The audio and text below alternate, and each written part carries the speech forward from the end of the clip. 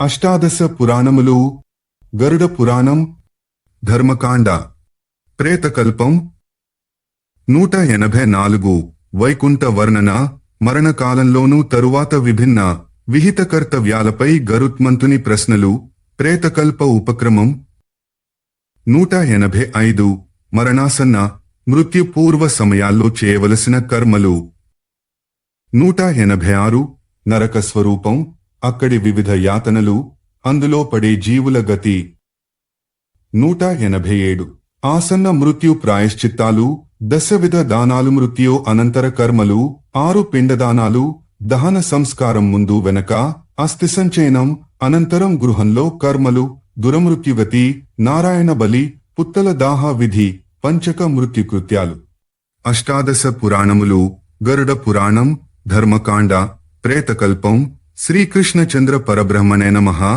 184 వైకుంఠ వర్ణన మరణకాలంలోనూ తరువాత విభిన్న విహిత కర్తవ్యాలపై గరుత్మంతుని ప్రశ్నలు ప్రేతకల్ప ఉపక్రమం నైమిషారణ్యంలో సుఖాసీనుడై ఉన్న సూత మహర్షిని సౌనకాది మహామునులిలా ప్రార్థించారు. శ్రీ సూత భగవాన్, జీవుడు ఒక శరీరం తరువాత ఇంకొక శరీరాన్ని ఆశ్రయిస్తాడని కొందరంటుండగా విన్నాము. మరికొందరు విద్వాంసులు ప్రాణి మృత్యువు తనను కబళించగనే యమధర్మరాజు వద్దకు పోయి రకరకాల యాతనలకు గురైన తరువాతనే మరొక శరీరాన్ని పొందుతుందని చెప్పగా కూడా విన్నాము. మరి ఏది సంపూర్ణ సత్యమో మీ వంటి జ్ఞానియే తేల్చి చెప్పగలరు. దయచేసి మా సందేహ నివృత్తిని గావించండి. సూతుడు సంతుష్టాంతరంగుడై ఇలా చెప్పసాగాడు.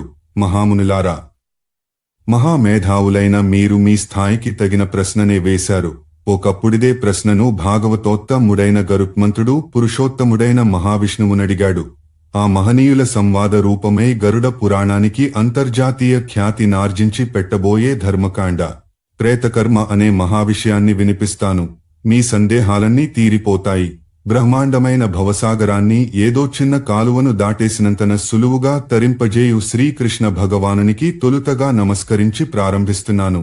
మునులారా, ఒకప్పుడు వినతాపుత్రుడైన బ్రహ్మాండ నాయకుడు గరుత్మంతునికి ఈ బ్రహ్మాండంలోని అన్ని లోకాలను ఒకసారి చూడాలనిపించింది.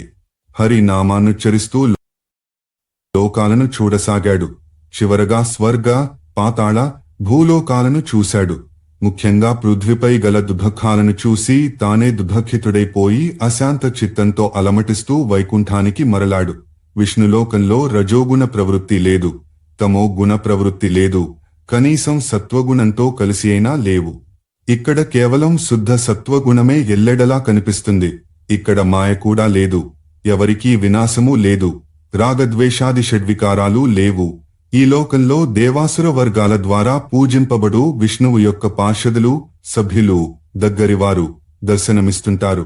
వారు కూడా స్వామి వలనే నీలమేఘశ్యాములు, పీతాంబరధరులు, మణియుక్త స్వర్ణాలంకృతులు, చతుర్భుజులు కూడా. వారి చెవులకి గల కుండలాలు, తలపైనున్న కిరీటాలు రత్నమిశ్రిత స్వర్ణకాంతుల్ని వెదజల్లుతున్నాయి. వారి వక్షస్థలాలు సుందరములైన పుష్పమాలలచే సుశోభితాలే ఉన్నాయి. కనిపించగానే తనువును పులకింపజేసి మనసును మరిపింపజేసే అప్సరసలున్నారు. మహాత్ములను గొనివస్తున్న విమానాలు ఆకాశం నుండి సూర్యుడు దిగి వస్తున్న భ్రాంతిని కలిగిస్తాయి. అక్కడి జనం అన్ని ప్రకారాల వైభవాలతో లక్ష్మీ ప్రసన్నతను కలిగి శోభిల్లుతున్నా నిరంతరం శ్రీహరి చరణాలను పూజిస్తూనే ఉంటారు. గరుత్మంతునికి శ్రీ మహావిష్ణువు ఒక తూగుటుయాలపై సుఖాసీనుడై దర్శనమిచ్చాడు. లక్ష్మీదేవి తన చెలికత్తెలతో సహా స్వామి పాదార్చనతో నిమగ్నయే ఉంది. సువిశాల నేత్రయుక్తమైన ప్రసన్న ముఖంతో ఆ దేవాధిపతి, జగత్పతి, శ్రీపతి, యజ్ఞపతి అగు శ్రీ మహావిష్ణువు తన ప్రధాన పార్షదులైన నంద సునందాదులు వినతులను వింటున్నాడు. ఆ సమయంలో ఆయన తన అన్యాన్య సర్వశక్తుల చేత పరివేష్టితుడై ఉన్నాడు. హరిదర్శనం కాగానే వినతాసుతుని హృదయం ఆనందం తట్టుకోలేక ద్రవించింది. శరీరం గగుర్పొడిచింది. నేత్రాలు అశ్రుపూరితాలైనాయి. ఆనందమగ్నుడై అతడు తన స్వామికి ప్రణమిల్లాడు. తన వాహనమైన పక్షిరాజును కటాక్షించిన మహావిష్ణువు, పక్షిరాజా, సుఖంగా సాగింది కదా నీ ప్రయాణం అంటూ కుశల ప్రశ్నలు వేసి ఏ దేశాలు, లోకాలు తిరిగావు అని కూడా అడిగాడు. వినమ్రంగా ఇలా విన్నవించుకోసాగాడు వినతాసుతుడు.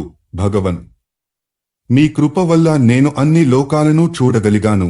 వాటిలో నెలకొన్న సమస్త స్థావర జంగమ ప్రాణులను చూశాను. హే ప్రభో, అన్ని లోకాల్లో కన్నా భూర్లోకంలో ప్రాణి సమూహం ఎక్కువగానున్నది. అన్ని యోనులలోకి మానవ యోనియే భోగాలకు మోక్షానికి శుభాశ్రయంగా వెలుగుతోంది. మంచి పనులకు భూలోకాన్ని మించిన తావు లేదు. దేవతలు భూలోకం, అందులో భరతఖండం ఉత్తమమని ఇలా ప్రశంసిస్తుండగా నేను విన్నాను. ఎవరైతే భరతభూమిలో జన్మించి నివసిస్తారో వారు ధన్యులు. గాయంతి దేవాః కిల గీతకాని ధన్యాస్తు ఏ భారత భూమి భాగే స్వర్గాపవర్గస్య ఫలార్జనాయ భవంతి భూయః పురుషాః సురత్వాత్. ధర్మ 1:27. భూలోకంలో మృతి చెందిన ప్రేతం మరల భూమిపైననే పడవేయబడుతోంది. దాని నోటిలో పంచరత్నాలను వేస్తున్నారు. శవాన్ని దర్భలపై ఉంచడం జరుగుతోంది. దాని 2 పాదాలను దక్షిణ దిశ వైపే తిప్పి పెడుతున్నారు. మరణమాసన్నమైన వారి ముందు పుత్రులు, మనుమలు నిలబడి ఉంటున్నారు. రకరకాల దానాలు చేస్తున్నారు. మిత్రులు, శత్రువులు కూడా బంధు బాంధవులతో సహా క్షమాయాచన చేస్తున్నారు. నువ్వులు, ఇనుము, బంగారం, పత్తి, ఉప్పు, సప్తధాన్యాలు, వీటిని కూడా దానం చేస్తున్నారు. నాకావంతైనా అర్థం కావటం లేదు. హే జ్ఞానసాగరా, ప్రాణులెలా మరణిస్తారు? ఆ తరువాతెక్కడికి పోతారు? ఆ సమయంలో ఆతివాహిక శరీరాన్ని ఎలా పొందుతారు? అగ్ని సంస్కారానికి ముందు మానవ శరీరాన్ని కొడుకులు, మనుమలు భుజంపై పెట్టుకుని ఎందుకు మోసుకెళ్తారు? శవంపై నెయ్యి పోస్తారెందుకని? ఆ సమయంలో ఒక ఆహుతినిచ్చే సంప్రదాయమెక్కడి నుండి వచ్చింది? శవానికి భూస్పర్శనెందుకు చేయించాలి? స్త్రీలు ఆ మృత వ్యక్తికై ఎందుకు రోదిస్తారు? శవానికి ఉత్తరం వైపు కూర్చుని యంసూక్తానెందుకు పఠిస్తారు? మృతులైన వారికి నీళ్లివ్వడానికి ఏకవస్త్రలే కావాలని ఎందుకంటారు? ఆ సమయంలో సూర్యబింబం కోసం చూడడం, రాతిపై యవలను, ఆవాలను, దూర్వను, వేపాకులను పోసి వాటినెందుకు స్పృశిస్తారు? ఆ సమయంలో ఆడ మగ కూడా ఒంటికి కింద పైన ఒకే బట్టనెందుకు ధరించాలి? మృతుల పుత్రులు 10 రోజుల పాటు పిండ ప్రదానమెందుకు? పంచరత్నాలు, స్వర్ణ, గగన, మర్త్య, నాగ, పాతాళ రత్నాలు, సప్తధాన్యాలు, ప్రీహ, యవ, గోధుమ, పెస, మినుము, కొట్టి, శనగ నిరాధార రూపంలో ఆత్మను ధరించు శరీరం చేస్తారు. వేడి చేసిన మట్టి పాత్రను అరుగుపై నుంచి అందులో పాలెందుకు పోస్తారు? 3 కగ్గలను తాళ్లతో కట్టి దానిని కూడలిలో నుంచి దానిపై ఏడాదిపాటు దీపమెందుకు వెలిగించి ఉంచుతారు? శవానికి దహన సంస్కారమే ఎందుకు చేయాలి? అప్పుడా ప్రాణి ఎలాగూ ఆత్మరూపంలో ఎగిరిపోతుందంటారు కదా. మరప్పుడు దానికి 9 రోజుల పిండ ప్రదానం వల్ల ప్రయోజనమేమి? ఈ ప్రదానానికి పద్ధతి వేరేగా ఉంటుందా స్వామి? ఈ కర్మకాండ మనిషి మృతి చెందిన వెంటనే చేసి వేయబడుతోంది కదా, మరి వేరే మరల పిండ ప్రదానమేలా? పూర్వ పిండదానమని, పునః పిండదానమని, ఇతరేతర అపర కర్మలని చేయమంటారు కదా. వీటి ఆవశ్యకత ఏమి? దహన సంస్కారం తరువాత అస్థిసంచయ విధానమెలా వచ్చింది? ముందో వెనకో నీటికుండను పగులగొడతారెందుకని? 2వ, 4వ రోజుల్లో సాగ్నిక ద్విజస్నానమెందుకు చేస్తారు? 10వ రోజున పరిజనులందరితో బాటు శుద్ధి స్నానము చేస్తారు. మరి ఈ శుద్ధి అంటే ఏమిటి? 10వ రోజు నూనె రాసుకుని అభ్యంగన, తలంటి పోసుకుంటారెందుకని? అది కూడా ఒక విశాల జలాశయతటంపైనే ఎందుకు చేయాలి? 11వ రోజు వృషోత్సర్గాది సహితంగా పిండదానం చేయడం వల్ల ప్రయోజనమేమి? పాత్ర, పాదుక, ఛత్ర, వస్త్ర, అంగుళీయకాది దానాలిప్పుడెందుకు చేస్తారు? 13వ రోజు కూడా దాన కార్యక్రమమెందుకుంటుంది? ఏడాది కాలంలో 16 శ్రాద్ధాలనెందుకు పెట్టాలి? 360 అన్నం నీరు కుండలనెందుకు దానం చేస్తారు? రోజూ చేస్తారెందుకని? కొందరు, ఒక కుండైనా జ్ఞానానికి సముద్రం వంటి ఓ దేవదేవా, నీవు తప్ప నాకు దిక్కు లేదు, వేరు గురువు లేరు, అందుకే ఇన్ని ప్రశ్నలను నీ వైపే మరలిస్తున్నాను మహాప్రభో. ప్రాణులెన్నో పాపాలు చేస్తారు, కొన్ని పుణ్యాలు చేస్తారు, దానాలిస్తారు. ఈ నానాప్రకార కర్మఫలాలన్నీ శరీరం దహనమైపోయినా ఆ వ్యక్తి వెంట ఎలా వెడతాయి? మనిషి అనిత్యుడని వినడమైతే విన్నాను గాని వాని ఆత్మ బయటికి శరీరాన్ని ఛేదించుకుని ఎక్కడి కన్నం నుండి వస్తుందో నాకు తెలియరాలేదు. అలాగే పంచభూతాలు లోభ మోహ కృష్ణ కామాహంకారములను 5 దొంగలు ఎక్కడ కన్నం వేసి పారిపోతారు?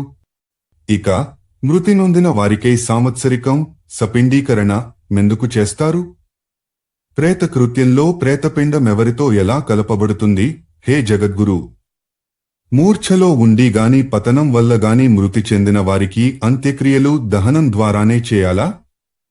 అగ్ని సంస్కారం లేని ఆత్మలేమవుతాయి? పాపి దురాచారి లేదా హతబుద్ధి అయిన వానికి మరణానంతరం ఎట్టి స్థితి ప్రాప్తిస్తుంది? అలాగే ఆత్మఘాతి, బ్రహ్మహంతకుడు, స్వర్ణచోరుడు, మిత్రద్రోహి, విశ్వాసఘాతకుడు ఇలాంటి వారికి ఎలాంటి గతులు పడతాయి? శూద్రుని బ్రాహ్మణ స్త్రీ పొంది ఉండిపోతే, ఇద్దరూ వివాహితులే అయితే అంతకంటే పాపముండదేమో కదా. వారికెట్టి గతి రాసిపెట్టి ఉంది. విశ్వాత్మవై విలసిల్లు విష్ణుదేవ, నాపై దయవుంచి మరొక విషయం కూడా మీరే చెప్పాలి. సంపూర్ణ జగత్తునే చుట్టివచ్చానని విన్నవించాను కదా. లోకులు కష్టగ్రస్తులై దుఃఖ పీడితులై కనబడుతున్నారు. నా మనస్సు వీరి బాధలను చూసి మిక్కిలి అశాంతికి లోనైంది. స్వర్గంలో దైత్యుల వలని భయం, పుడమిపై మృత్యు, రోగ భయాలు, పాతాళంలో నేనంటే భయం, సర్వప్రాణులకు అభీష్ట వస్తు వియోగ భయం పట్టి పీడిస్తున్నాయి. జగదీశ్వర, ఈ విష్ణులోకంలో తప్ప ఇంకెక్కడా సంపూర్ణ సుఖంగాని నిర్భయతగాని నాకు కనిపించలేదు. కాలవశీభూతమై కష్టాలతో కాపురం చేస్తూ అన్ని రకాల భయాలను అనుభవిస్తూ కూడా కర్మభూమిగా పేరొందిన భరతఖండం రాగా ద్వేష మోహాదులచే సృష్టింపబడిన బురదలో పీకలదాకా కూరుకుపోయి ఉంది. రోగులు, వికలాంగులు కనిపించారు. విధిపూర్వకంగా వార్షిక కర్మలు జరగని వారికి దుర్గతి పడుతుందని ఋషులు ద్వారా విన్నాను. నేను చూసిన బాధలకు ఇది కూడా ఒక కారణమా? కాబట్టి ఓ విజ్ఞాన జ్యోతి స్వరూప, మరణించిన మనిషికి కూడా శుభాన్ని కలిగించే ప్రక్రియ ఉంటే నాకు బోధించండి. దానాలివ్వాలా? ఏ మేరకు? దహన సంస్కారమెలా చేయాలి? శ్మశానికి మృతులు చేరుకునేలోగా చేయవలసిన కర్మలుంటాయా? దుష్టులు మృతి చెందినప్పుడు వారి పాపాలకు ప్రాయశ్చిత్తాలను వారి సంతానం చేస్తే ప్రయోజనముంటుందా? పంచక శాంతినెలా చేపట్టాలి?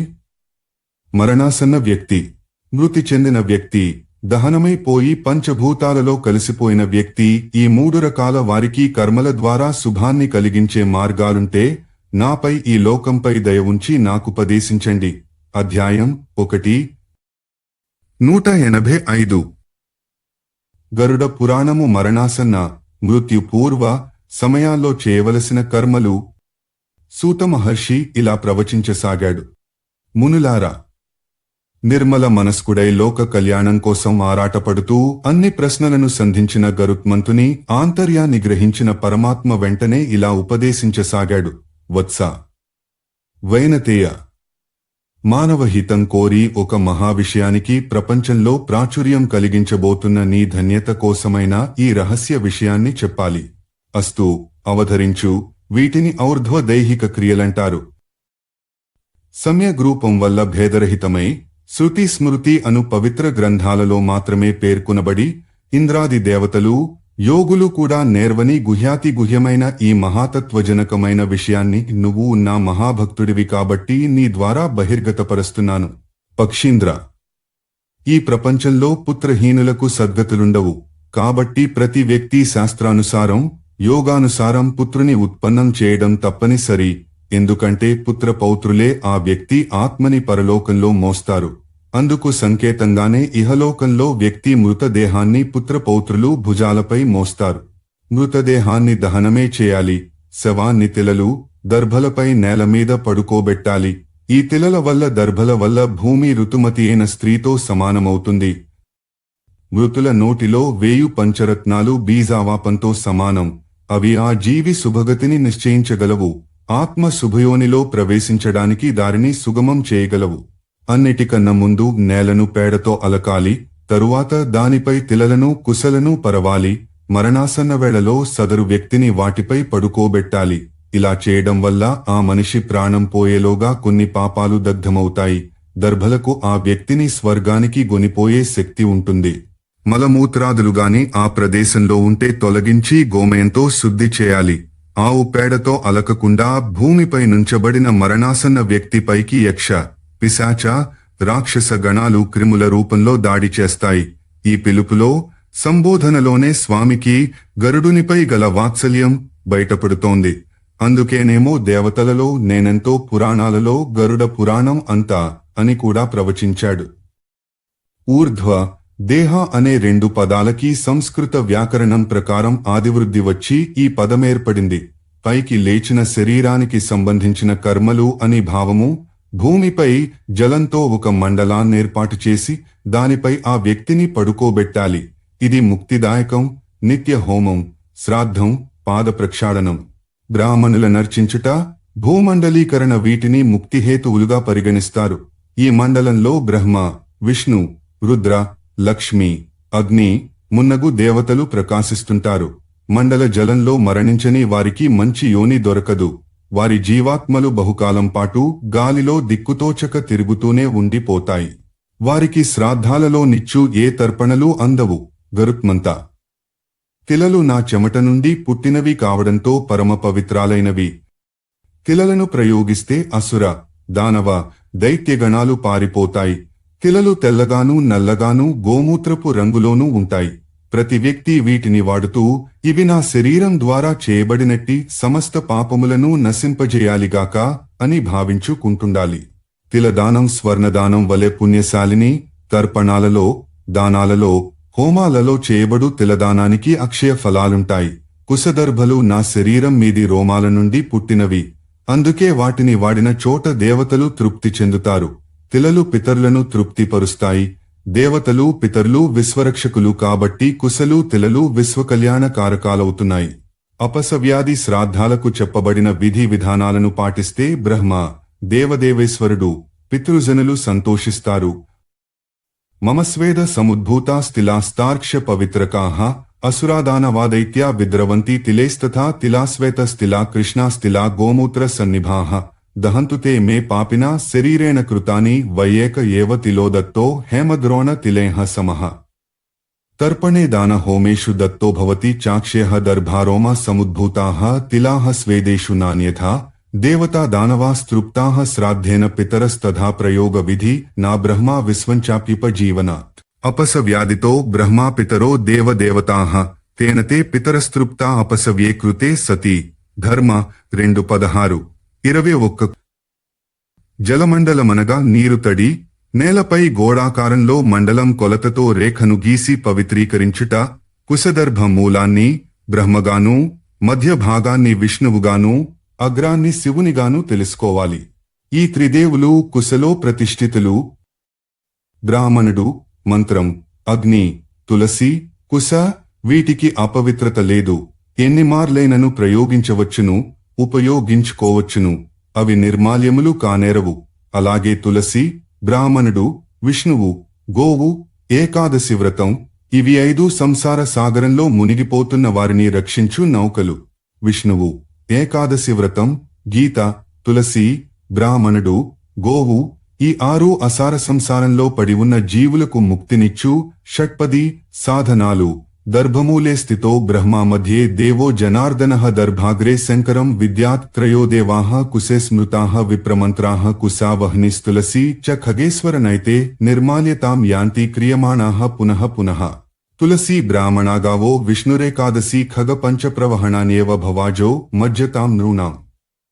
విష్ణురేకాదశి గీతా తులసి విప్రధేనవః అసారే దుర్గ సంసారే షట్పది ముక్తిదాయిని. ధర్మ 2:12. 15. మరణాసన్న వ్యక్తికి దుర్గతి కలుగకుండా తిల, కుశ, తులసి కాపాడుతాయి. తిలాహ పవిత్రమతులం దర్భాస్యా పితులస్యత నివారయంతి చైతాని దుర్గతిం యాంత మాతురం. ధర్మ 2:25-26. 2 చేతులతోనూ కుశలను చీల్చి నేలపై ఉంచి వాటిపై నీటిని జల్లి మరల పైకి తీసి మరణాసన్న వ్యక్తి 2 చేతులలోనూ ఉంచాలి. అప్పుడా వ్యక్తి మంత్రహీనకర్ముడైన విష్ణులోకాన్ని పొందగలడు. దర్భపై సేనం, మృతి, పేడచే అలకబడిన నేలపై మృతి. అగ్నిలో దహనం ఆ వ్యక్తి చేసిన పాపాలను దగ్ధం చేస్తాయి. లవణం, దాని రసం దివ్యలోక ప్రాపకాలు. అవి ప్రాణుల సమస్త కామనలను సిద్ధింపజేయగలవు. లవణం లేని భోజనానికి అర్థం లేదు. అందుచేతనే లవణరసమంటే పితరులకు మిక్కిలి ప్రీతి, అది స్వర్గానికి దార్లు తీయగలదు. ఈ లవణరసం విష్ణు భగవానుని శరీరం నుండి ఉత్పన్నమైంది. ఈ విషయాన్ని తెలిసిన యోగులు దానంతో పాటు లవణాన్ని అడిగి పుచ్చుకుంటారు. నేలపై ఏ వర్ణపు మరణాసన్న వ్యక్తికైనా మరణం రాక వేదన దుర్భరంగా ఉంటే లవణ రసాన్ని దానం చేస్తే వారి కొలకై స్వర్గద్వారాలు తెరుచుకుంటాయి. లవణ దానాన్ని ఆ వ్యక్తి పేర ఇచ్చిన అదే ఫలం. గరుత్మాన్. ఇక మృత్యు స్వరూపాన్ని విస్తారపూర్వకంగా విను. మృత్యువే కాలం. ఆ సమయం రాగానే దేహం నుండి ప్రాణం నుండి జీవాత్మ విడివడిపోతుంది. తను రావలసిన వేళకే మృత్యువు ఎట్టి పరిస్థితుల్లోనూ వస్తుంది. ఈ మృత్యు కష్ట ప్రభావం వల్ల ప్రాణి తాను చేసిన కర్మలన్నిటినీ ఒక్కసారిగా మరచిపోతుంది. మేఘం వాయువు వశంలోనున్నట్లుగా ప్రాణి కాలవశంలో ఉంటాడు. సాత్విక, రాజసిక, తామసిక భావాలన్నీ కాలం చెప్పుచేతల్లోనే ఉంటాయి. ప్రాణులలో అవి కాలనియోగం వల్లనే విస్తరిస్తూ పోతాయి. సూర్య, చంద్ర, శివ, వాయు, ఇంద్ర, అగ్ని, ఆకాశ, పృథ్వీ, మిత్ర, ఔషధ, అష్టవసు, నది, సాగర, భావ, అభావాది మహావిషయాలన్నీ వాటి వాటి సమయాల్లో కాలానుసారము కాలంలోనుద్భవిస్తూ పెరుగుతూ కనుమరుగవుతుంటాయి. మృత్యువు సాధారణ వ్యక్తులకెలా వస్తుందో చూడు. దానికి ముందే దైవయోగం వల్ల రోగమొస్తుంది. ఇంద్రియాలు వికలమైపోయి బలము, ఓజస్సు, వేగము శిథిలమైపోతాయి. కోటి తేళ్లు ఒకేసారి కుట్టినంత బాధ కలుగుతుంది. మెల్లగా చైతన్యం తగ్గుతుంటే జడత్వం పెరుగుతుంటుంది. యమదూతలు మృతి చెందుతున్న వ్యక్తికే కనిపిస్తారు. వచ్చి పక్కనే నిలబడతారు.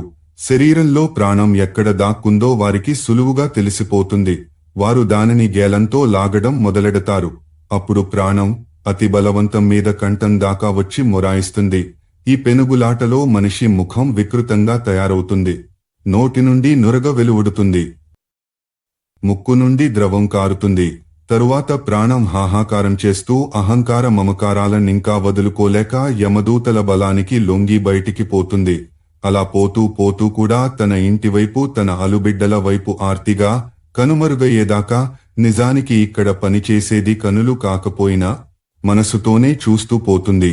మృత్యు సమయంలో ప్రాణి శరీరంలోని వాయువు ప్రకుపితమై తీవ్రగతితో ప్రవహించి అగ్నితత్వాన్ని పెచ్చరిల్లజేయడంతో ఇంధనం లేకుండానే అగ్ని ప్రజ్వరిల్లిపోయి ప్రాణి యొక్క మర్మస్థానాలను విరిచి అత్యంత కష్టానుభూతిని కలిగిస్తుంది. అదే భక్తజనులకు, భోగాలపై ఆసక్తి లేనివారికి ఆ వాయువు ప్రశాంతంగా పైకి ప్రవహించి నిర్గమిస్తుంది. అబద్ధమాడని వారికి, విశ్వాసాన్ని వమ్ము చేయని వారికి, ఆస్తికులకు, పూజాదులపై శ్రద్ధాళువులకు మృత్యువు సుఖపూర్వకంగా ఉంటుంది. కామానికి లొంగకుండా, ఈర్ష్యాద్వేషాలను పెంచకుండా త్రుంచుటలో విజయులై స్వధర్మాన్ని జీవిత పర్యంతము నిర్వహించి సదాచారులుగా సౌమ్యులుగా జీవించిన వారిని మృత్యువే మాత్రము బాధింపకుండా మృదువుగా సుఖంగా గొనిపోతుంది. మోహంలో, అజ్ఞానంలో దేశాన్ని గిరవాటేసి తాము బాగుపడిపోవడం కోసం కొందరు ఆ మోహ అజ్ఞానాలనే జనాలకుపదేశిస్తారు. అలాంటి వారు మృత్యు సమయంలో భయంకరమైన చిక్కటి కనులు పొడుచుకున్నా ఏమీ కనబడని చీకటి గుయ్యారంలో పడి కొట్టుకుంటున్న అనుభూతిని పొందుతారు. అబద్ధపు సాక్ష్యాలనిచ్చువారు, అసత్యవాదులు, విశ్వాసఘాతకులు, వేద నిందకులు మూర్ఛ రూపంలో మృత్యువు నొందుతారు. వారికి యమదూతలు లాటి, సమ్మెట, ఇనుపగదలను ధరించి వాటిని ఝళిపిస్తూ దర్శనమిస్తారు. వారు దుర్గంధాన్ని వెదజల్లుతూ పరమభయంకరంగా ఉంటారు. వారిని చూడగానే మూర్ఛ తేలిపోయి విపరీతమైన భయం వేసి ఒళ్లంతా వణకిపోతుండగా ఈ ప్రాణులు తమ రక్షణకై రమ్మని ఆక్రందిస్తూ తల్లిదండ్రులనో పుత్రులనో అనంచి పిలుస్తారు. కాని గొంతు పెగలదు. ఎంత గింజుకు చచ్చినా శబ్దం రాదు. ఇతరులకు వీరు మూర్ఛితులుగానే కనిపిస్తుంటారు. తటాలున కనులు తెరుచుకుంటాయి. అవి గుండ్రగా భయంకరంగా వికృతంగా కదులుతాయి. తెగ ఊపిరి వస్తుంది. ముఖం పొడి పొడిగా అయిపోయి భరింపరాని వేదనపడుతూ మృతులవుతారు. వారి శరీరాన్ని చూడడానికి కూడా ఆత్మీయులే ఇష్టపడరు. ఇక నీ రెండవ ప్రశ్నకు సమాధానం విను. భూలోకంలోని జీవాలన్నీ పూర్వజన్మలలోని కర్మఫలాలను భోగిస్తూ భ్రమిస్తుంటాయి. దేవ, అసుర, యక్షాది యోనులలో సుఖాలను భోగించడానికే పుడతారు. మనుష్య, పశు, పక్షాది యోనులలో పుట్టక దుఃఖమయ జీవనానికి ప్రారంభం. ఓ ఖగేశ్వర! ముందలి జన్మలన్నీ వెనుకటి జన్మలతో బంధితాలై ఉంటాయి. అప్పట్లో చేసిన పాపపుణ్యాల ఫలాలలో తారతమ్యాలే ఇప్పట్లో వీరనుభవించే కష్టసుఖాలు. దీనినే కర్మవిపాకమనవచ్చును. ఒక జన్మలోని మహాపాపాలకి నరకంలో శిక్షననుభవించి కూడా మరుజన్మలో పాపానికి తగిన యోనిలో జన్మిస్తారు. ఈ జన్మల్లో పుణ్యం చేస్తే కథ మారవచ్చు. ఏ పాపానికి ఏ జన్మ వస్తుందో విను. పాపం జన్మ. బ్రాహ్మణుని గాయపడచుట. క్రిమి, కీటక, పురుగు, బ్రహ్మహత్య ఒకే జన్మలో. చండాల, క్షయరోగి, గోహత్య ఒకే జన్మలో. చండాల, మరుగుజ్జు, కన్యాహత్య ఒకే జన్మలో. చండాల, కుష్ఠురోగి, స్త్రీహత్య, గర్భపాతం ఒకే జన్మలో. భిల్ల, నిత్యరోగి, స్వగోత్ర స్త్రీ సంపర్కం, నపుంసక, గురుపత్ని గమనం క్రమంగా. దీపం పురుగు, క్రిమి, గడ్డి, లత, దొబ్బు, బ్రాహ్మణుడై మాంసభక్షణ, అతిరక్ష అనే కుష్టు. బ్రాహ్మణుడై మద్యపానం, వక్ర, అసితదంత, ఇతరులకు పెట్టకుండా మధుర పదార్థాలను తినుట.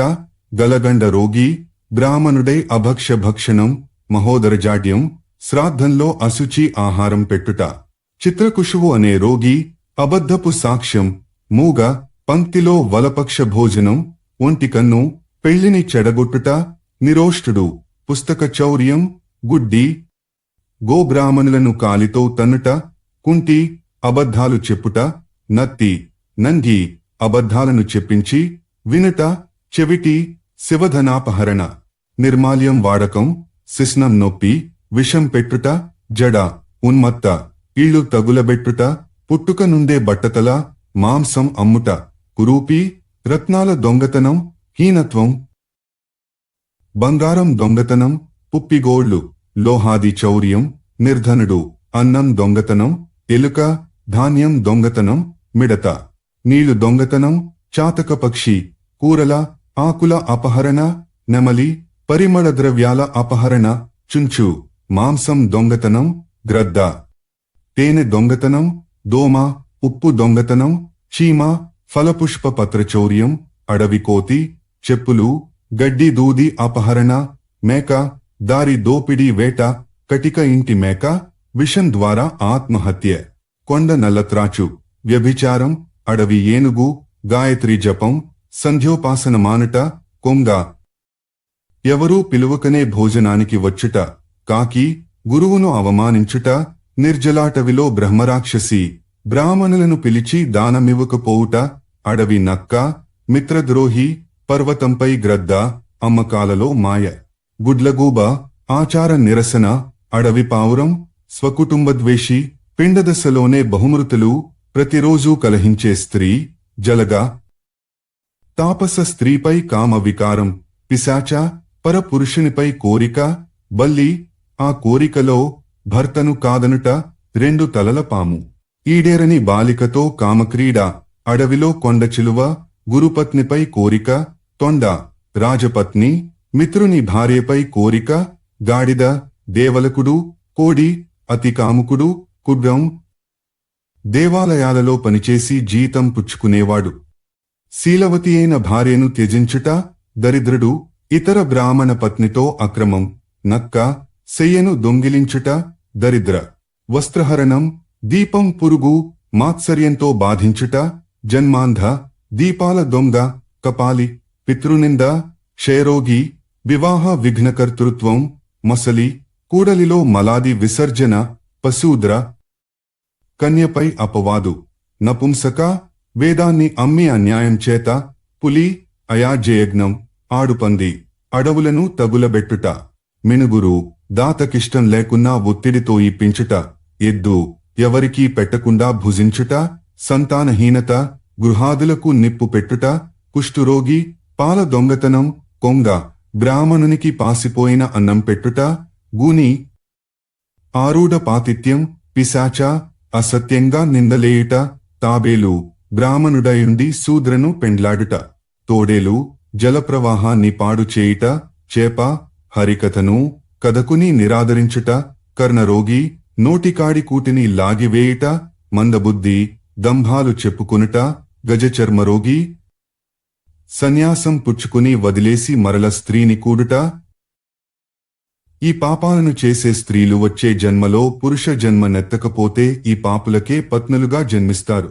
ఓయి ఖగపతి, మిగిలిన పాపాలకు నరకాన్ననుభవించి మరల పుడమిపై పడినప్పుడు పైన చెప్పిన జన్మలెత్తుతారని తెలుసుకోవాలి.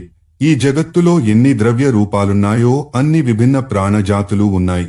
కాబట్టి పాపానికి దూరంగా పోతూ వీలైనన్ని పుణ్యకార్యాలనే చేస్తూ బ్రతికే మనిషే ఇక్కడ అక్కడ సుఖపడడం జరుగుతుంది. అధ్యాయం 2 186 నరక స్వరూపం, అక్కడి వివిధ యాతనలు, అందులో పడే జీవుల గతి. నరకాలు చాలానే ఉన్నాయి గాని కొన్నిటిని మాత్రం వర్ణిస్తాను. గౌరవ మను పేరుగల నరకం ప్రధానమైనది. అబద్ధాలు చెప్పి అబద్ధ సాక్ష్యాలిచ్చి ప్రజల హింసలకు కారకులైన వారిని ఈ నరకంలో శిక్షిస్తారు. దీని వైశాల్యం 2000 యోజనాలు. దీని చుట్టూ దుస్తరమై తొడల దాకా వచ్చు కందకముంది. అది అగ్నిమయం. మధ్య మధ్యలో పాపులను అందులో పడేసి మరల తీస్తుంటారు. నరకానికి రాగానే ప్రతి ఆత్మకు ఒక శరీరాన్నిస్తారు. అది కాలుతుంది, చురుకుతుంది, తీవ్రమైన బాధ తెలుస్తూనే ఉంటుంది. కాని ఆ శరీరం భస్మం కాదు, మృతి చెందదు. అందులో పడ్డ పాపులు ఆ వేడిని తట్టుకోలేక అటూ ఇటూ పరుగెడతారు. కాళ్లు బొబ్బలెక్కి కన్నాలు పడిపోతాయి. వ్యక్తి చేసిన పాపాన్ని బట్టి అగ్ని తీవ్రత ఉంటుంది. అలా 1000 యోజనాల దూరం పరుగు పెట్టాక ఆ పాపి ఆత్మ మరో నరకంలోకి త్రోసివేయబడుతుంది. ఇక మహారౌరవ నరకముంది. ఈ నరకం 5000 యోజనాల విస్తీర్ణంలో పరచుకుని ఉంది. అక్కడ నేల రాగిరేకు వలె ఉంటుంది. దాని క్రింద అగ్ని నిత్యం రగులుతుంటుంది. ఆ భూమి విద్యుత్ ప్రభాసమాన కాంతులీనుతుంటుంది. అది పాపులకి అతి భయంకరంగా దర్శనమిస్తుంది. యమదూతలు పాపులు కాలుసేతులను గట్టిగా కట్టి వైచి ఆ నేలపై దొర్లిస్తారు. పాపి అలా దొర్లుతూనే ఉండగా మార్గంలో కాకులు, కొంగలు, తోడేళ్లు, గుడ్లగూబలు, మొసళ్ళు, తేళ్లు వచ్చి పొడుస్తూ, చీల్చుతూ, కరుస్తూ, కుడుతూ అందినంత మేరకు నమిలి తింటూ ఉంటాయి. పాపి కనుల ముందే వాని శరీరం ముక్కలు చేయబడి తినబడుతుంటుంది. పాపులు అరుస్తారు, ఏడుస్తారు, కేకలేస్తారు. అయినా దొర్లించబడుతూనే ఉంటారు. వారి శిక్షాకాలం పూర్తి అయ్యేదాకా తినబడడానికే అన్నట్టు ఆ నారకీయ శరీరం అలా మిగులుతూనే ఉంటుంది. పాప తీవ్రతను బట్టి శిక్షాకాలం ఉంటుంది. అది పూర్తి కాగానే తెలివి తప్పుతుంది. తెలివి వచ్చేసరికి మరో నరకంలోనో మరో యోనిలోనో ఎక్కడో గరుడ అతి శీతమను పేరుగల మరో నరకముంది. ఇక్కడ అత్యంత శీతలం బాధపెడుతుంది. దీని పొడవు వెడల్పులు మహారౌరవంతో సమానంగానే ఉంటాయి. చిక్కటి చీకటి అంతటా నిండి ఉంటుంది. సహింపరాని కష్టాన్ని కలిగించడం కోసం యమదూతలు పాపులను ఆ చీకటి కూపంలాంటి లోకంలోకి విసిరేస్తారు. పాపులకు దిక్కు తోచదు. గుడ్డితనం వచ్చేసిందేమోనని భయమేస్తుంది. తట్టుకోలేనంత వణుకుతో శరీరం తల్లడిల్లిపోతుంటుంది. పళ్ళు టపటపా కొట్టుకుని విరిగిపోతుంటాయి. ఇతర పాపులు తగులుతుంటారు, ఆలింగనం చేసుకుంటారు. కాని వారు తమ లాటి వారో పిశాచాలో రక్కసులో తెలియదుగా పీక్కు తింటారేమో అనే భయంతో విడివడిపోతుంటారు. అక్కడ దాహం, ఆకలి చాలా ఎక్కువగా ఉంటాయి. ఎంత తడిమినా తినడానికి తాగడానికి ఏమీ తగలవు. ఇంతేకాక మంచుగడ్డల్ని మరింత గడ్డ కట్టించేటంత అతి భీకర శీతల వాయువులు అక్కడ వీస్తుంటాయి. ఆ గాలుల తాకిడికి ఎముకలు పుటుక్కున విరిగిపోతుంటాయి. శిక్షాకాలం అయిపోగానే ఈ తమసావృత నరకం నుండి ఆత్మ వెలుగులోకి వచ్చిపడుతుంది. ఈ విషయమిక్కడ కనుపింపదు కాని అన్యత్ర చెప్పబడింది. అందుకే బ్రాకెట్స్లో ఉంచడం జరిగింది. ఖగరాజా, అసంఖ్యాకంగా పాపాలు చేసినవారు ఇందాక అనుకున్నట్లు వెలుగులో పడరు. నికృంతన మను పేరిట ప్రసిద్ధమైన మరో నరకంలో పడతారు. ఇక్కడ కుమ్మరి చక్రాల్లాంటి చక్రాలుంటాయి. నిజానికవి దర్జీ చక్రాలు. వాటి క్రిందని సూదులుంటాయి. చక్రం కదలగానే అవి పాపి కాలి నుండి శిరస్సు దాకా ప్రయాణిస్తాయి. యమదూతలు పాపులను ఆ చక్రాలపై నిలబెట్టి వాటిని తిప్పుతారు. అవి అలా తిరుగుతూనే ఉంటాయి.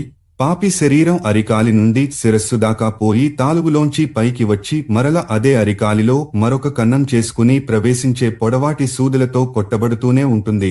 అరుణానుజ, అప్రతిష్టమను పేరుగల ఇంకో నరకముంది. అక్కడ పడే పాపులు అసహ్య దుఃఖాలననుభవిస్తారు. వీరు దారుణ దుఃఖం పాలగుటకు కారణం ఇక్కడి చక్రం.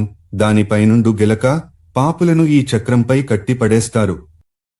ఆ చక్రం తిరిగినప్పుడల్లా పైనుండి బల్లెములు అసంఖ్యాకంగా వచ్చి గుచ్చుకుంటూ ఉంటాయి.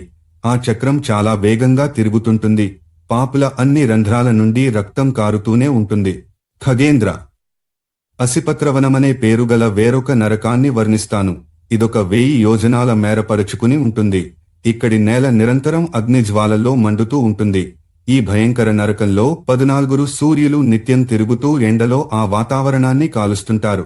అక్కడి పాపులు నిత్యం హాహాకారాలు చేస్తూ తగలబడుతుంటారు. కాని శరీరాలు అలాగే ఉంటాయి, ఒంటి మంటలు అలాగే ఉంటాయి. ఈ నరకంలోనే 4వ భాగంలో శీతస్నిగ్ధపత్ర మనువనమున్నది. ఇక్కడ పండ్లు ఆకులు నేలపై కుప్పలుగా పడి ఉంటాయి. కాని అక్కడే ఘోర మాంసాహారులు పులుల కన్నా శక్తిమంతాలునగు వేట కుక్కలు కూడా ఉంటాయి. వాటి వదనాలు మరీ పెద్దవిగాను, వాటిలోనూ దంతాలు పరమ బలిష్టంగాను పారల వలె పైకి గుణపాల వలె క్రిందికి ఉంటాయి. చల్లగా నీడలు పరచుకుని ఉన్న ఆ వనాన్ని చూసి ఆకలి దాహము తీర్చుకుందామనే ఆత్రంతో ప్రాణులటువైపు వెడతారుగాని అక్కడ అతి శీతల వాయువులు కత్తుల కన్నా క్రూరంగా బాధాకరంగా శరీరంలోకి గుచ్చుకుంటాయి. ఇవి ఇలా ఉండగా అగ్గిలో పడి బొబ్బలెక్కిన వారి కాయాలపై పైనుండి ఆకులు రాలి పడతాయి. అవి మామూలు ఆకులు కావు, చురకత్తులు. అవి ఏటవాలుగా పడి శరీరాన్ని ముక్కలు చేసి వేస్తాయి. అదే సమయంలో అక్కడున్న వేటకుక్కలు పాపులపై దాడి చేస్తాయి. అవి వారిని ముక్కలు ముక్కలుగా కొరికి తింటాయి. వీరికి శిక్షాకాలం ముగిసేదాకా తెలివి తప్పదు. తప్తకుంభ మని మరొక నరకముంది. ఇందులో ఎక్కడ చూస్తే అక్కడ పెద్ద పెద్ద బాణలుంటాయి. వీటిలో నూనె, ఇనుపరజను ఉండి వీటి కింద పెద్ద పొయ్యిలలో బ్రహ్మాండమైన అగ్ని ప్రజ్వరిల్లుతుంటుంది. ఒక్కొక్క బాణలో 10 మంది మనుషులు సులువుగా పట్టే వీలుంటుంది. యమభటులు పాపులను అందులో పడవేస్తారు. పదునునైన ఆయుధాలతో వీరిని అక్కడక్కడ పొడుస్తూ వేయిస్తుంటారు. ఈలోగా క్రూరమై గుణపాలంతేసి ముక్కులున్న గ్రద్దలు, మానవులు సరదాగా చేపలు పట్టినట్లు ఈ బాణలలోకి ముక్కులను పెట్టి పాపుల మాంసమును ముక్కుతో పట్టి లాగుతుంటాయి. యమదూతలు వేపుడు కూరను మార్చి పారేసినట్లు ఈ పాపులను ఆ బాణల్లో అలా వేయిస్తూనే ఉంటారు. ఇది తప్తకుంభ నరకం. ఇప్పటిదాకా వర్ణింపబడిన 7 ప్రధాన నరకాలు, ఇంకా కొన్ని నరకాలున్నాయి.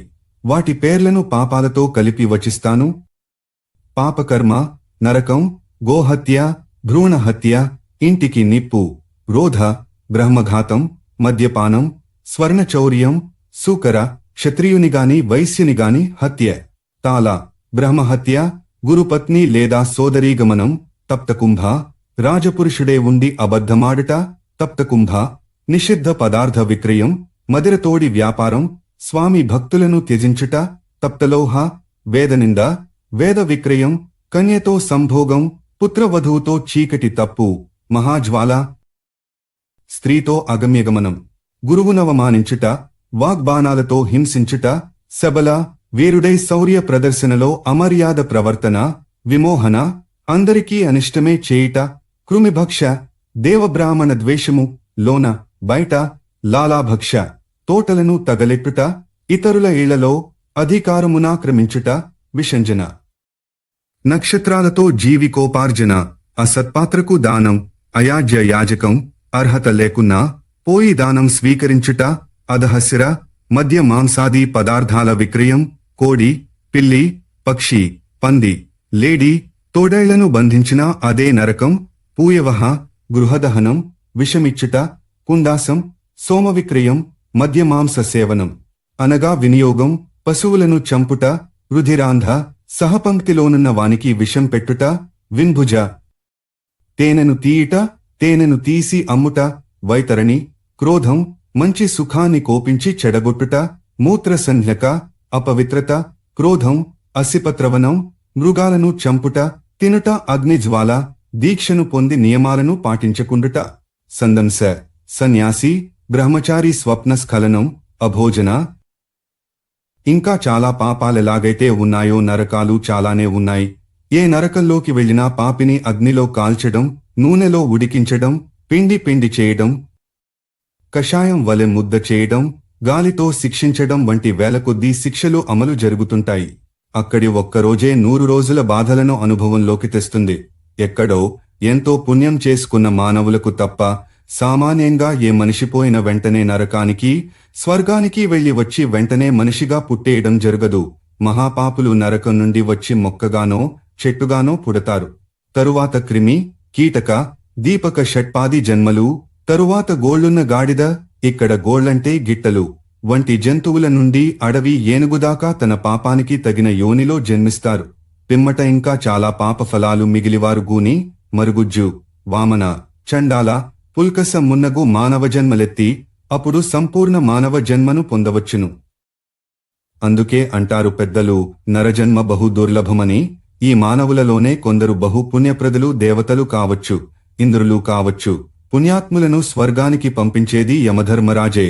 ఆయన అనుమతిని పొందిన పుణ్యాత్ములను దేవదూతలు వచ్చి సుందరను పురాది నానాభరాలను పెట్టి సుమధుర గీతాలను పాడుతూ వాటికి తగిన అందమైన నృత్యాలను చేస్తూ చందనాది దివ్య సుగంధాలను పూసి మరింత హృదయ సుగంధాలను వెదజల్లే పూలమాలలతో అలంకరించి దివ్యకాంతులు వెదజల్లు విమానాలలో కూర్చుండబెట్టి స్వర్గానికి గొనిపోతారు. పుణ్య సమాప్తి తరువాత వారు మరల పుడమిపై పుట్టవలసి వచ్చినప్పుడు సుక్షత్రియులుగానో మహాత్ములుగానో అట్టి వారింటనే పుట్టి పెరిగి పరిడవిల్లుతారు. వీరికి ఈ జన్మలో బ్రహ్మాండమైన భోగభాగ్యాలబ్బుతాయి. వాటిని వదలి భగవంతుని పనినే చేస్తూ జన్మను చాలించి మోక్షాన్ని పొందే అవకాశమూ ఉంటుంది. భూలోకంలో జన్మించినప్పుడు మరణం తప్పదు. ఆత్మ శరీరాన్ని వీడిపోయాక జీవి శరీరంలోని పృథ్వీతత్వం పృథ్విలోనూ, జలతత్వం నీటిలోనూ, తేజతత్వం తేజంలోనూ, వాయుతత్వం గాలిలోనూ, ఆకాశతత్వం నింగిలోనూ, సర్వవ్యాపి అయిన మనస్సు చంద్రునిలోనూ విలీనమైపోతాయి.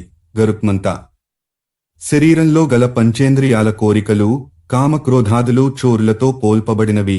వాటి బారి నుండి జ్ఞానరత్నాన్ని కాపాడుకోవాలి. ఇంకా కామక్రోధాహంకార నామక వికారాలు కూడా ఉంటాయి. వాటికి నాయకత్వం వహించేది మనస్సు. ఈ శరీరానికి సంహార పత్రాన్ని రాసేది కాలం. ఉన్న ఇల్లు కాలిపోతే మనిషి వేరొక ఇంటిలోకి వెళ్ళినట్లు ఒక శరీరంలో నుండి వేరొక దానిలోకి ఆత్మ ప్రవేశిస్తుంది. ఓ తార్క్ష్య, మానవ శరీరం నాడులతో నవద్వారయుక్తమై ఉంటుంది. ఈ సాంసారిక విషయ వాసనలచే ప్రభావితములైన కామక్రోధాది వికార సమనిత్వమై ఉంటుంది. రాగద్వేష పరిపూర్ణమై తృష్ణతో నిండి ఉంటుంది. లోభమనడి వలలో మోహమనడి బట్ట ముసుగులో ఉంటుంది. మాయచే గట్టిగా కట్టబడి లోభానికే కట్టుబడి ఉంటుంది. అన్ని శరీరాలు ఇంతే. అయినా కొందరు అదే శరీరంలో ఉండే ఆత్మను తెలుసుకుని దాని ద్వారా జపతపాది ఆయుధాలతో మాయను సంహరించి పరమాత్మను చేరుకోగలరు. ఆత్మజ్ఞానం లేనివారు పశు సమానులై జీవించి అలాగే పోతారు. ఈ సృష్టిలో 84 లక్షల యోనులున్నాయి. అవి ఉద్భిజ్జ, నేలలో మొలుచునవి, స్వేదజ, చెమట నుండి పుట్టునవి, అండజ, జరాయుజ, మనిషి మొదలగునవి, ములతో విభక్తములై యున్నవి. అధ్యాయం 3. 187. ఆసన్న మృత్యు ప్రాయశ్చిత్తాలు. 10 విధ దానాలు, మృత్యు అనంతర కర్మలు. 6 పిండదానాలు, దహన సంస్కారం ముందు వెనక, అస్థిసంచయనం, అనంతరం గృహంలో కర్మలు, దురమృత్యుగతి, నారాయణ బలి, పుత్తల దాహ విధి, పంచక మృత్యుకృత్యాలు. గరుత్మంతా మనిషి తనకు తెలిసిగాని తెలియకగాని చేసే పాపాల నుండి శుద్ధి నొందడానికి ప్రాయశ్చిత్తం చేసుకోవాలి.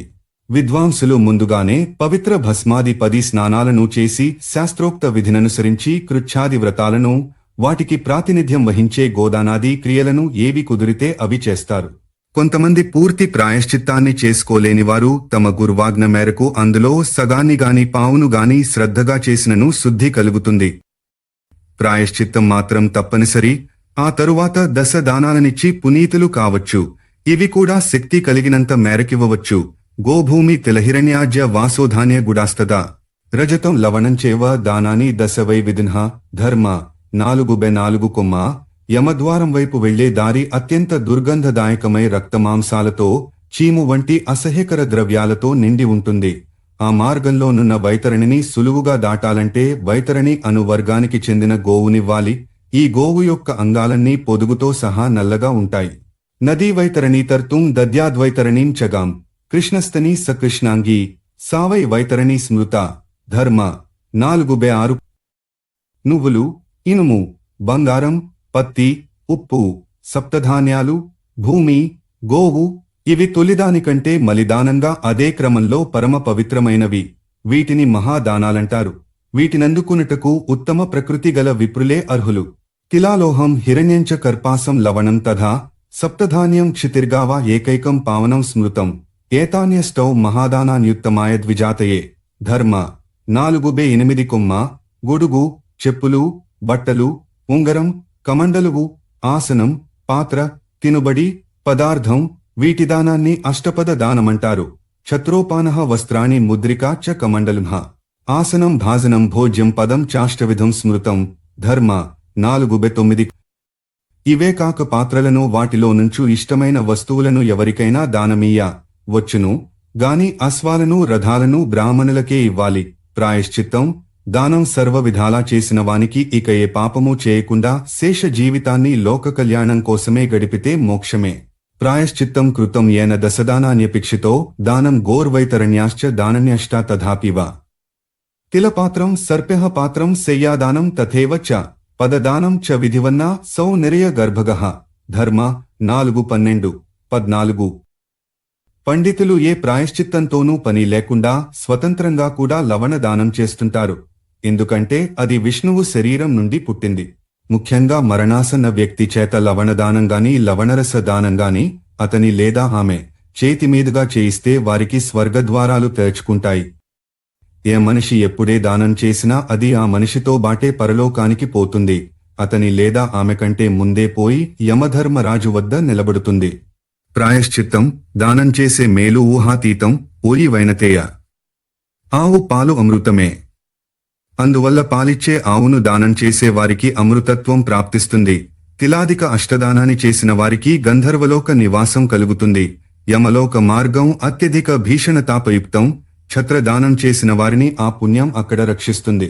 చెప్పులను దానమిచ్చిన వాడొకవేళ అసిపత్రవనంలో పడినా వానికోసం అక్కడ గుద్దం సిద్ధంగా ఉండి తనపై నెక్కించుకుని ఆ వనమును దాటిస్తుంది. ఇలాగే భోజన ఆసన జలపూర్ణ కమండలు దానాలు నరకంలో అక్కరకు రావచ్చును. యమదూతలు క్రోధాగ్నులను వెలిగ్రక్కుతూ మహాభయంకరంగా ఉంటారు. కొందరు నల్లగా కొందరు పచ్చగా ఉంటారు. వారు కనబడగానే సగం ప్రాణాలు పోతాయి. అయితే ఉదారంగా వస్త్ర ఆభూషణాదులను విరివిగా దానం చేసినవారు ఏవో కొన్ని పాపాలు చేసినను యమదూతలు వారికి పెద్దగా కష్టాన్ని కలిగించరు. తిలలతో నింపిన పాత్రను బ్రాహ్మణునికి దానం చేసిన వారి మనోవాణి కాయాలతో చేసిన పాపాలన్నీ నశిస్తాయి.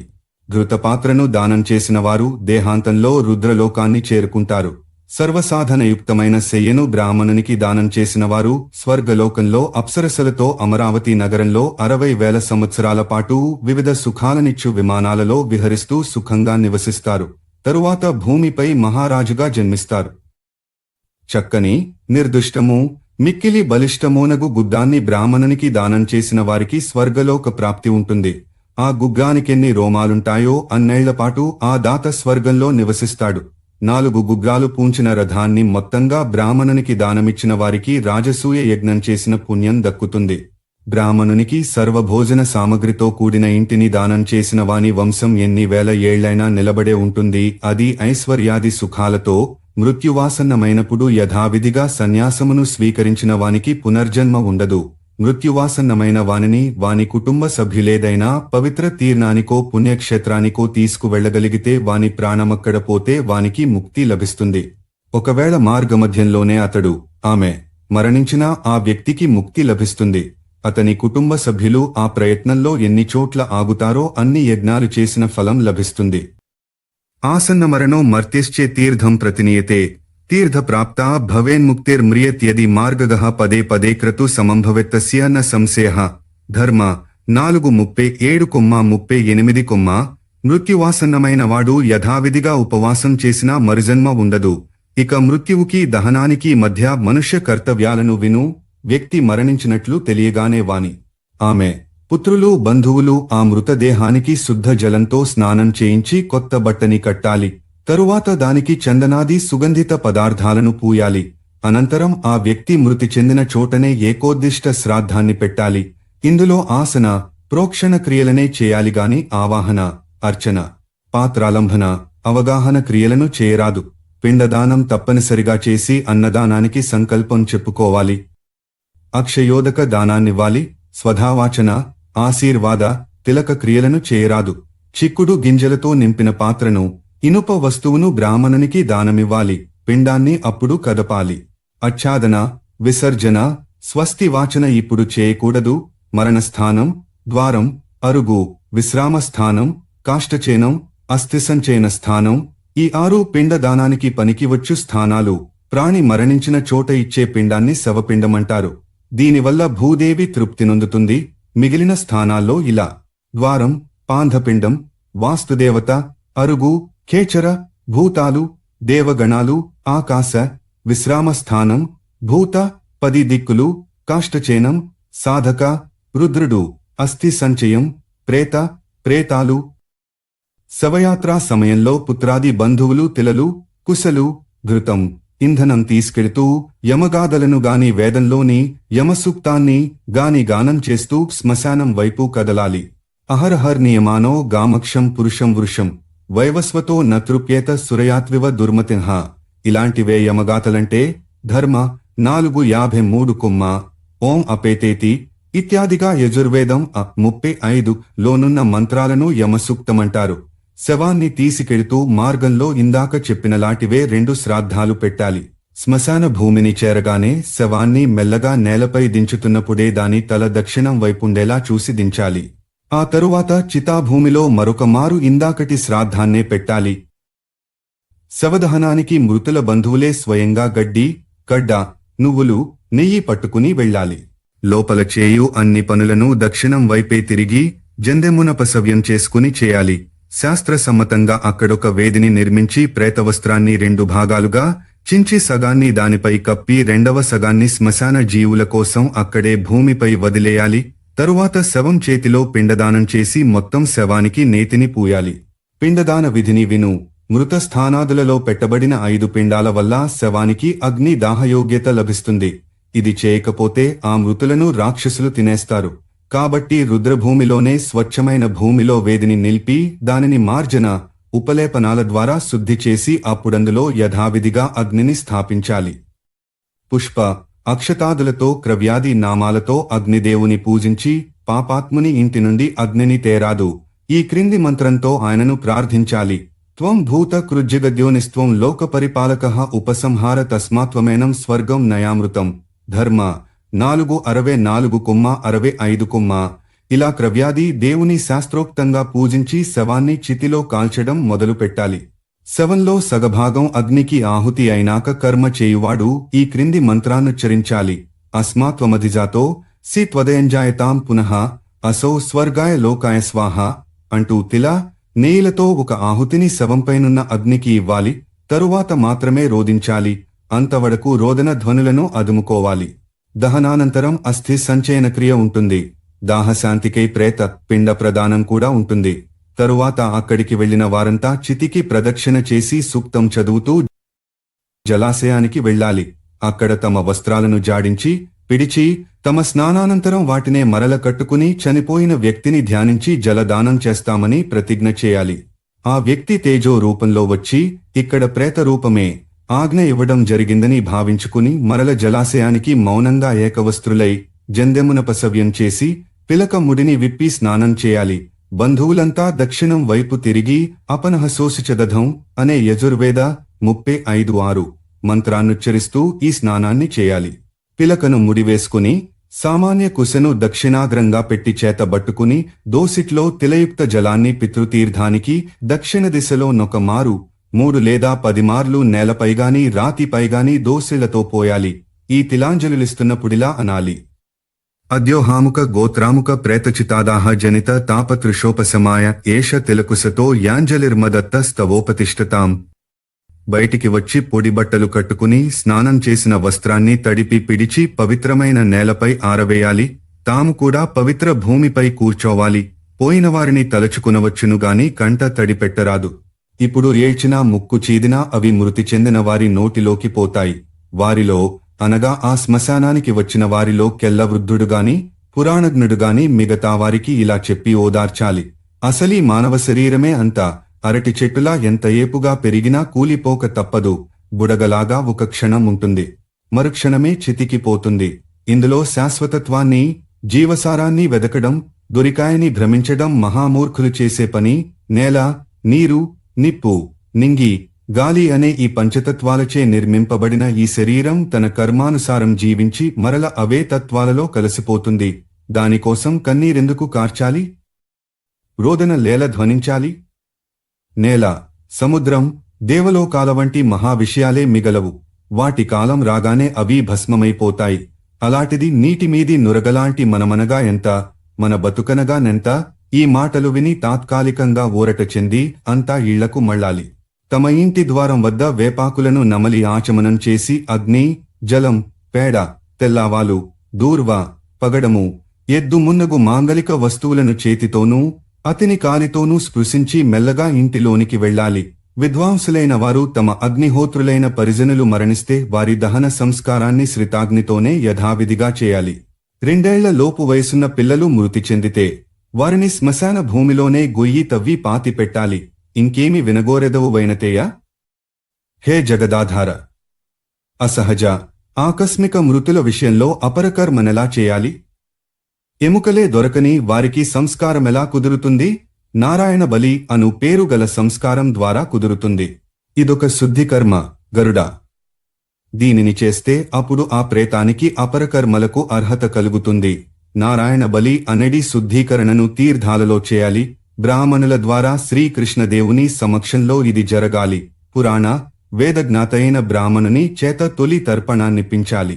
అన్ని ప్రకారాల ఔషధాలను, అక్షతలను నీటిలో కలిపి పురుష సూక్తాన్నిగాని వైష్ణవ సూక్తాన్నిగాని ఉచ్చరిస్తూ విష్ణువునుద్దేశించి ఆ నీటితో తర్పణాలివ్వాలి. తరువాత దక్షిణం వైపు తిరిగి విష్ణువుని ప్రేతాన్ని ఇలా స్మరించాలి. అనాదినిధనో దేవః శంఖ చక్రగదాధరః అక్షేమః పుండరీకాక్ష ప్రేత మోక్ష ప్రదోభవ. ధర్మ 4:118, 119. వారసులు మనస్సు నదుపులో నుంచుకుని శుచిష్మంతులై అక్కడే భక్తి పూర్వకంగా 11 శ్రాద్ధాలను పెట్టాలి. తరువాత మిక్కిలి జాగరూకతతో 2 రకాల దానాలివ్వాలి. మొదటి రకం నీరు, అక్షతలు, యవలు, గోధుమలు, కంకణము కాగా రెండవది శుభకరమైన హవిష్యాన్నం, అందముగా తయారు చేయించబడిన బంగారు ఉంగరం, గొడుగు, పాగా, తరువాత పాలు, తేనెలను కలిపిన అన్ని రకాల అన్నాలను పెట్టాలి. మంచివారై అర్హత గలిగిన వారికి వస్త్ర, పాదుకాది 8 రకాల పదదానాలను చేయాలి. పిండదానం చేశాకనే మంత్రోచ్చార సహితంగా గంధ, పుష్ప, అక్షతాదులతో బ్రాహ్మణులను పూజించి వారికి ఈ దానాలనివ్వాలి. శంఖం, తామ్రపత్రాలతో వేరువేరుగా తర్పణాలివ్వాలి.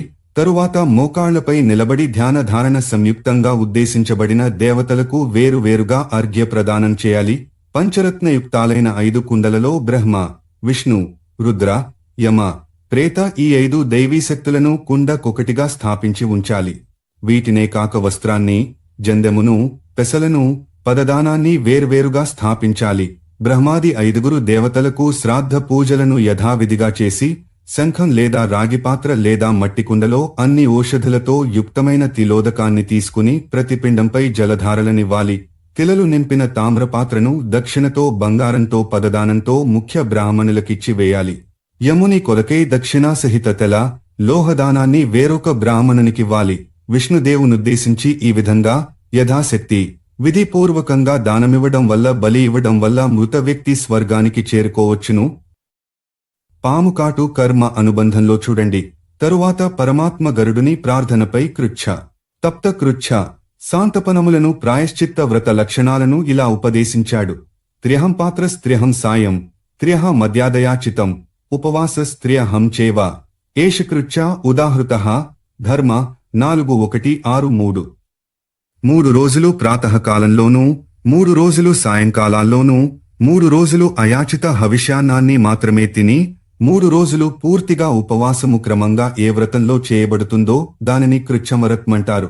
తప్త క్షీరఘృతాంబూనా మేకైకం ప్రత్యహం పిబేత్, ఏకరాత్రో పవాసశ్చ తప్తకృచ్ఛ ఉదాహృతః. ధర్మ 4:164. క్రమంగా ఒకరోజు వేడి పాలు, మరునాడు వేడి నేయి, 3వ రోజు వేడి నీరు మాత్రమే స్వీకరించి 4వ రోజు రాత్రంతా ఉపవాసం చేస్తే అది తప్త కృతమవుతుంది. గోమూత్రం, గోమయం, క్షీరం, దధి సర్ప్యః కుశోదకం. జగ్వాపరే న్యూపవనేత్ కృత్యం శాంతపనం చరన్. ధర్మ 4:1-6-5.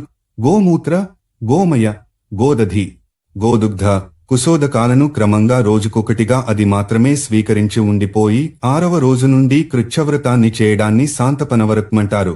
ధనిష్ఠా పంచకాలలో మృతి చెందిన వారికి ఎలా దహన సంస్కారం చేయాలో చెప్తాను విను. ధనిష్ఠ నుండి రేవతి దాకా గల 5 నక్షత్రాల కాలాన్ని పంచక కాలమంటారు. ఇది దోషపూర్ణమైన అశుభకాలంగా భావింపబడుతుంది. ఈ కాలంలో మరణించిన వారిని అలాగే ఉంచేసి ఈ కాలం దాటిని తరువాతనే దహనం చేయాలి. మృతుల సద్గతికే తిల, గో, సువర్ణ, ఘృత దానాలు చేయాలి. బ్రాహ్మణులకు అదనంగా భోజనాలను పెట్టి వస్త్రపాదుక, ఛత్ర, స్వర్ణముద్రలను దానం చేయాలి. దక్షిణలను కూడా ఇవ్వాలి. వారు మనఃపూర్వకంగా కర్మకాండను చేయిస్తే ఈ చెడు కాలంలో పోయిన వారి పాపాలు నశించి ఉత్తమ గతులు లభించే అవకాశముంటుంది. అధ్యాయం 4. అష్టాదశ పురాణములు. గరుడ పురాణం, ధర్మకాండ, ప్రేతకల్పం. 184. వైకుంఠ వర్ణన. మరణకాలంలోనూ తరువాత విభిన్న విహిత కర్తవ్యాలపై గరుత్మంతుని ప్రశ్నలు. ప్రేతకల్ప ఉపక్రమం. 185. మరణాసన్న మృత్యుపూర్వ సమయాల్లో చేయవలసిన కర్మలు. 186. నరక స్వరూపం, అక్కడి వివిధ యాతనలు, అందులో పడే జీవుల గతి. 187. ఆసన్న మృత్యు ప్రాయశ్చిత్తాలు, దశవిధ దానాలు, మృత్యు అనంతర కర్మలు, 6 పిండదానాలు, దహన సంస్కారం ముందు వెనక, అస్థిసంచయనం అనంతరం గృహంలో కర్మలు, దురమృత్యుగతి, నారాయణ బలి, పుత్తల దాహ విధి, పంచక మృత్యుకృత్యాలు.